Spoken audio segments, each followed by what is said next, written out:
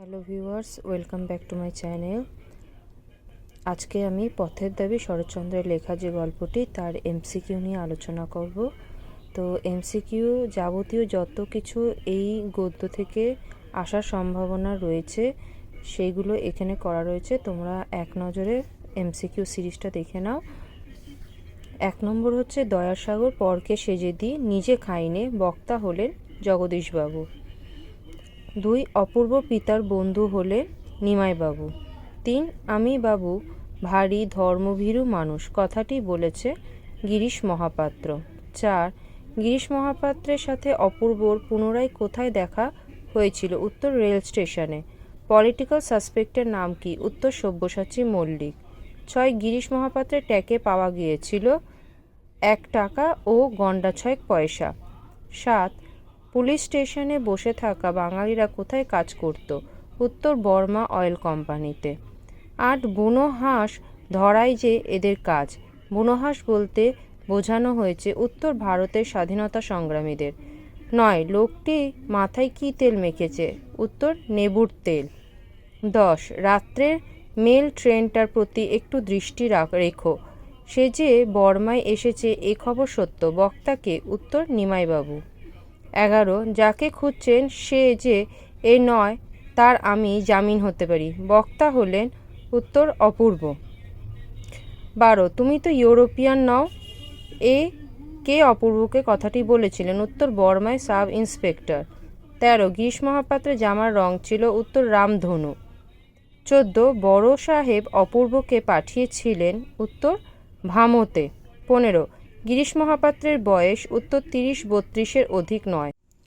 16 নম্বর, বুড়ো মানুষের কথাটা শোনো, বুড়ো মানুষকে? উত্তর হচ্ছে নিমাইবাবু। 17, আমার বড় লজ্জা এই যে এদের যিনি কর্তা তিনি আমার আত্মীয়, কর্তাটি হলেন? উত্তর, নিমাইবাবু, এবং এই উক্তিটি করেছে কিন্তু অপূর্ব। 18 নম্বর, রামদাসের সুশ্রী গৌরবর্ণ মুখ ক্ষণকালের জন্য আরক্ত হয়ে ওঠে। 19, রামদাসের পদবী তলোয়ারকর। 20, তেলের খনির কারখানার মিস্ত্রিরা চাকরির উদ্দেশ্যে গিয়েছিল রেঙ্গুনে। 21, অপূর্বের জন্য আরদালি আগের থেকে কি রেখে গিয়েছিল? উত্তর, জল ও পান। 12, গিরিশ মহাপাত্র জানিয়েছে সে? উত্তর, ধর্মভীরু। 23, বলিতে বলিতে কণ্ঠস্বর তাহার তীক্ষ্ণ এবং চোখের দৃষ্টি প্রখর হইয়া উঠিল।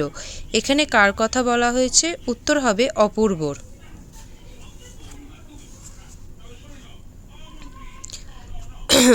24, জগদীশবাবু পেশায় ছিলেন পুলিশ। 25, পথের দাবি যে উপন্যাস শ্রেণীর উপন্যাস? উত্তর হচ্ছে রাজনৈতিক। 26, বর্মা অয়েল কোম্পানি অবস্থিত? উত্তর, ব্রহ্মদেশে। 27, তেওয়ারি ঘরে ছিল না, কোথায় গিয়েছিল? উত্তর, বর্মায় নাচ দেখতে। 28, আশ্চর্যে নেহি হে বাবু সাহেব, বক্তা হলেন গিরিশ মহাপাত্র।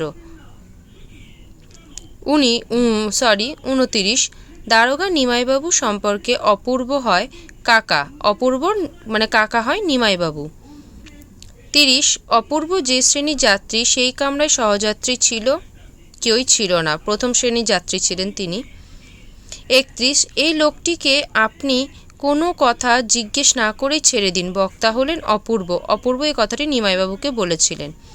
32, সব্যসাচী মল্লিকের চোখের দৃষ্টিতে কি প্রবেশ করতে সাহস করে না? উত্তর হচ্ছে মৃত্যু। সব্যসাচী মল্লিক পেশায় ছিলেন ডাক্তার। ললাটের লেখা তো খণ্ডাবে না, বক্তাকে? বক্তা গিরিশ মহাপাত্র। রামদাস পেশায় ছিলেন অ্যাকাউন্টেন্ট। পথের দাবি রচনাংশে ব্যবহৃত পিরান শব্দের অর্থ কী? উত্তর, জামা বা কামিজ বিশেষ। 37, অপূর্বর কাছে অনেক বেশি আপনজন হলেন দেশমাতৃকার সেবকরা। 37 ছিল। 38, রামদাসের প্রশস্ত উজ্জ্বল ললাটের উপরে কিসের ছায়া পড়েছিল? উত্তর, অদৃশ্য মেঘের ছায়া। 29, রামদাসের প্রশস্ত উজ্জ্বল ললাটের ওপর যেন কোনো এক অদৃশ্য মেঘের ছায়া আসিয়া পড়িয়াছে, এর কারণ কি? অপূর্বর হাস্যকর উক্তি। 40, পুলিশ স্টেশনের সম্মুখের হলঘরে কতজন বাঙালি বসেছিল? উত্তর হচ্ছে জন 6। 41 অপূর্ব নিজেই কথা পারিল, কথাটি কি? উত্তর হচ্ছে কাল তার ঘরে চুরি হয়ে গেছে। 42 তোমার চিন্তা নেই ঠাকুর, ঠাকুর বলতে এখানে কাকে বোঝানো হয়েছে? উত্তর তেওয়ারিকে। পরের দিন আমি এসএকিউর সিরিজ নিয়ে এবং তার প্রশ্ন উত্তর আলোচনা করে দেব। ভিডিওটি কেমন লাগলো জানিও। যদি ভিডিওটি ভালো লাগে তাহলে প্লিজ লাইক করে দিও এবং শেয়ার করে দিও।